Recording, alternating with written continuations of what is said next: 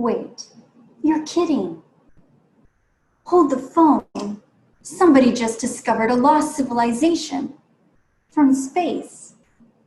Hi everyone, my name is Autumn, and today I would like to talk to you all about something called space archaeology, as well as show you an activity that you can do with your friends or your family.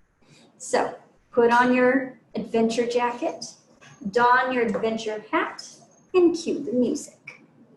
Now this activity comes from NASA's Earth Observatory for Kids and the Space Archaeology Uncovering the Past issue. You can find this issue online at earthobservatory.nasa.gov/EOKids. It's free and available for download as a PDF, or you can print it off.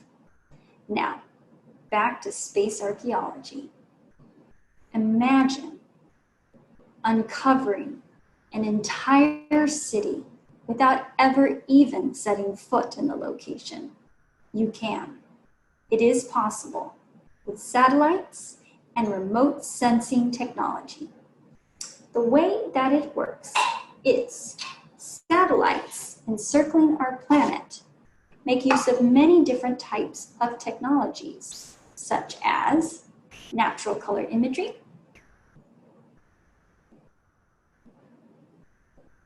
and also something called LiDAR, as well as a few other techniques.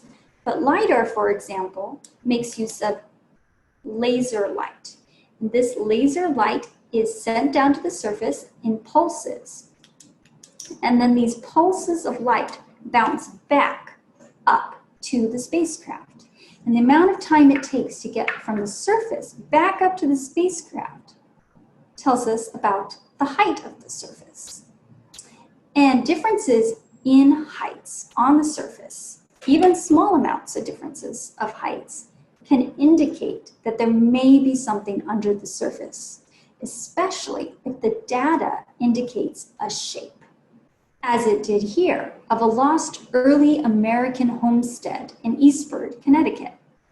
Now you can read all about this in the issue Space Archaeology Uncovering the Past. However, I did want to show you an activity that you can do with your friends or your family to replicate some space archaeology from home. And for this activity, you will need the following. Just know though that if you do have a sandbox already, you can skip the first 3 items. You will need a plastic container, some dry play sand, soil with gravel in it. That one's heavy. A watering can or a spray bottle with water in them. A hot glue gun or tacky glue. If you are going to use a hot glue gun, be sure and ask an adult to help you with it. These get really hot and I want you to stay safe.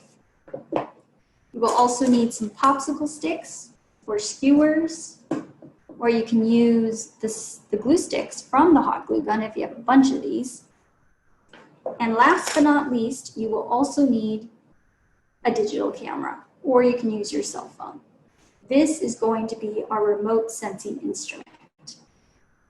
Now, first off, you're going to build a structure, making use of your popsicle sticks or skewers or glue sticks. And this is going to be like a log cabin. Now, in the activity, we recommend using about 24 popsicle sticks to build your structure. I went ahead and used glue gun sticks, since that's what I had, to build my structure. And I only used 8 for this example, but you can make your structure as big as you like. Once you have that built, set that aside. Next, we're going to build our sandbox, and we're going to do that right now. Let's make our sandbox.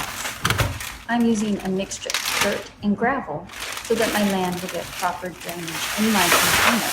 However, if you do have a real sandbox, you will be able to get proper drainage already just with your sand. All right, so I've got my dirt in there, breaking up the chunks, spreading it around until it's nice and even. Oh, there's a piece of bark. Let's take that out. Now, once you've spread it out, you're going to want to wet it, because after all, the surface of our planet has a lot of water in it, and I want to replicate that with this activity. So just mix, mix, mix until you get a nice, moist mixture.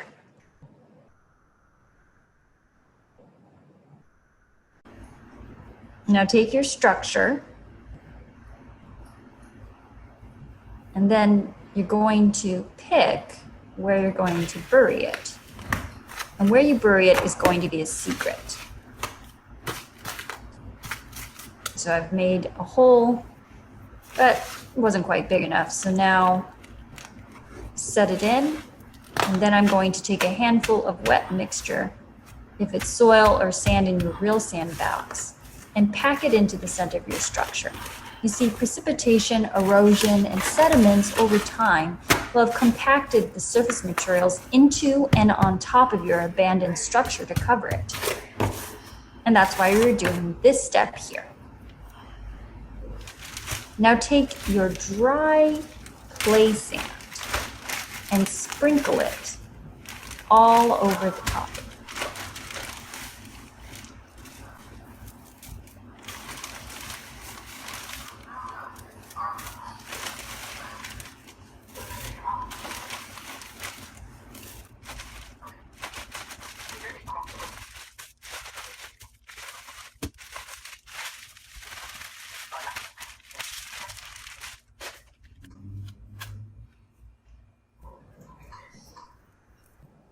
And you're done. So now that you've buried your structure, invite a friend or family member to view your sandbox and ask them what they see. Likely not too much at this point. They will see a smooth, sandy surface. So what needs to happen next is some weather. Weather over time can both cover and uncover a past civilization's remnants, such as a building.